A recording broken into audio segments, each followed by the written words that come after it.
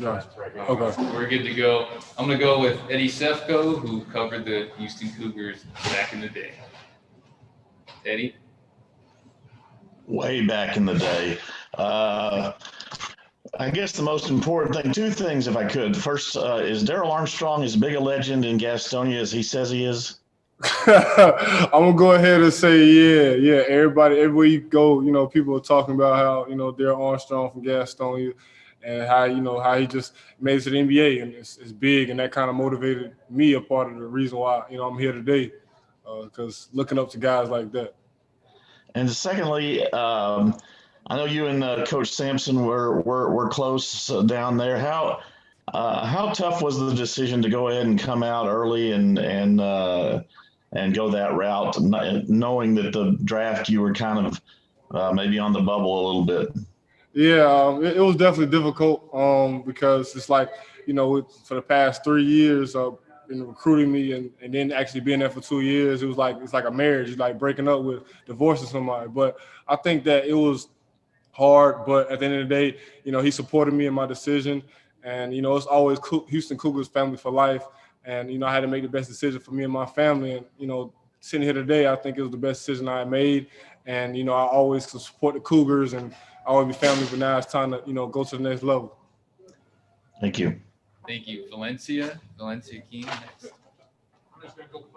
Hey, nice to virtually meet you. I'm Valencia with Real Talk Sports. My question is, you've talked about how important your family is to you. So I'm curious, is there anything you've learned from your family, like a life lesson that you can also apply to the game of basketball? Yeah, my father's a pastor, so he always has lessons and sermons that he preaches.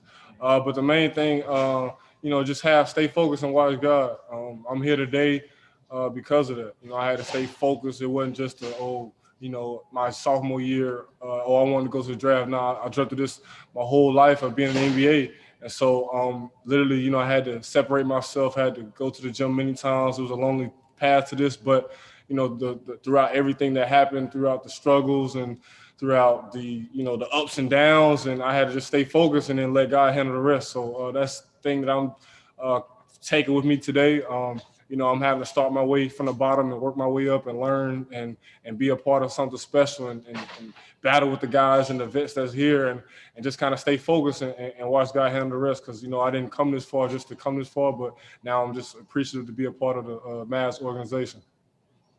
Thank you. Okay, Callie Kaplan, Dallas Morning News. Callie. Hey, Nate. Welcome to Dallas. I'm curious, what's been the most eye-opening part of training camp? I know you guys as rookies kind of get thrown right into the mix right after the draft. I think just the most eye-opening thing is just the attention to detail and the focus. In college, sometimes we get a chance to go over things again and again and again and to get it to perfection. But now it's like, it's one rep and you out of there, 2 reps and you're out of there. So I think just understanding that every shot is important, every drill is important, every second on the court is important, and you're always competing. So I think just having that mindset of just focusing on every shot, focusing on every drill and things like that. And okay. One more, if I can. Sure, go ahead. Is that all right? Sorry. Yeah, absolutely. I'm curious, coming into a new city, but during a pandemic when you can't really go out and explore and kind of get the lay of the land, how have you started to try and, learn Dallas and get comfortable being here? Being in Houston, Texas already, I think we played here a couple of times, so kind of getting this feel for the city a little bit then. But now, like I said, like you said, kind of during the pandemic, you can't really do anything. But I'm just kind of looking up stuff and trying to just, as I drive by, pay attention and just kind of feel my way out. And then once things start opening up again, I'll have an opportunity to look and tour things like that. But it's a beautiful city. I'm impressed by just the lay of the land and everything like that. So people are nice too. So. Thank you. Mark Followell. Mark. Hey, Nate. Good afternoon. Nice to Zoom meet you and speak with you. Yes, sir. Likewise. Can you share with us, this is a pretty broad question, but can you share with us what, given the restrictions of the pandemic and whatnot, what your pre-draft preparation, workouts, work on the things that you needed to work on, what that plan was like to get you ready for this particular opportunity with Dallas in the NBA? Yeah. My pre-draft was it was kind of like everything came around full circle. My father is a pastor, like I said before, but he has a gym at his church. And before, growing up, that was when I first learned how to play the game of basketball. And so growing up, it was carpet. And then something happened with the gym, and they ended up having to get a hardwood floor. So, coming home, I didn't know that. And then when I came home, I seen that it was a hardwood floor. I'm like, oh, this is perfect. So I didn't have to miss a beat. My trainer that I've been training with since 8th grade, we got in the gym, and we just been working, and we didn't really miss a beat, thankfully, the whole pandemic. So I just got in the gym, worked on just my ball handling, because a lot of things that, in college, I didn't really have the opportunity to showcase that, I can handle the ball in my hands.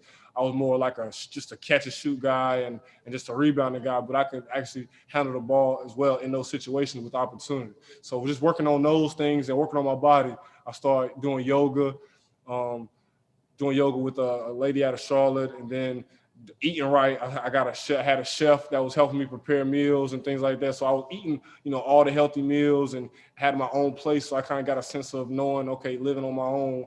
And so I had the whole total preparation of, what it's like to be a real life pro. And I think that transitioning now, habits that I was able to develop over the years and in the last 8 months during this draft process, I think that it's carrying me on, because now, it's different training for 8 months, but now you're actually going into practice. So now once you get that first initial rush off of, practicing again, since I haven't practiced since March, now I think that it's helping me now, because I'm getting more and more confidence in what practice is and what Rick Carlisle and the staff is asking out of me. Thanks, Nate. Appreciate it. Thank you. All right, Nate. I think that's it. Thanks for the time. Appreciate it. Thank you. Go Mavs.